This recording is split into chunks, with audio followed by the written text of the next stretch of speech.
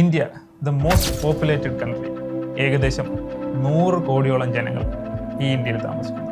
7th largest country in the world. World's largest democracy. ഏറ്റവും കൂടുതൽ ആൾക്കാർ വോട്ട് ചെയ്യുന്നത് ഇന്ത്യയിലാണ്. Well developed roads, infrastructure developments, trade roads. ഇതൊക്കെ ഇപ്പോഴാണോ ഉണ്ടായത്? അല്ല. ഏകദേശം 4500 വർഷങ്ങൾക്ക് മുമ്പ് ഇന്ത്യ ഇത്രയും തന്നെ ഡെവലപ്പായിരുന്നു. എല്ലാ സിവിലൈസേഷനും സ്റ്റാർട്ട് ചെയ്യുന്നത് ഒരു വാട്ടർ സോഴ്സിന്റെ അരികിലാണ്. ദ മെസപ്പൊട്ടോമിയൻ സിവിലൈസേഷൻ സ്റ്റാർട്ട് ചെയ്തത് യൂഫ്രട്ടീസിന്റെയും ടൈഗ്രിസ് നദിയുടെ തീരത്താണ്.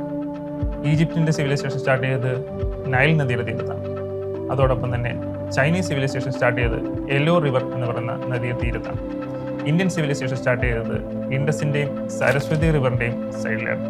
അങ്ങനെയാണ് ഇൻഡസ് വാലി സിവിലൈസേഷൻ എന്ന പേര് ഇന്ത്യക്ക് വന്നത്. 4500 വർഷങ്ങൾക്ക് മുമ്പ് ഈജിപ്തിൽ പിരമിഡും ചൈനയിൽ ഗ്രേറ്റ് വാൾ ഓഫ് ചൈനയ്ക്ക് മുമ്പ് നമ്മുടെ ഇൻഡസ് വാലി സിവിലൈസേഷൻ ആയിരുന്നു ലോകത്തിലെ ഏറ്റവും ബെസ്റ്റ് സൊസൈറ്റി ബിൽഡ് ചെയ്തത്. The Harappa and Mohenjodaro cities. Harappa and Mohenjodaro വെറും ആൾക്കാരുടെ ഒരു കൂട്ടമായിരുന്നില്ല.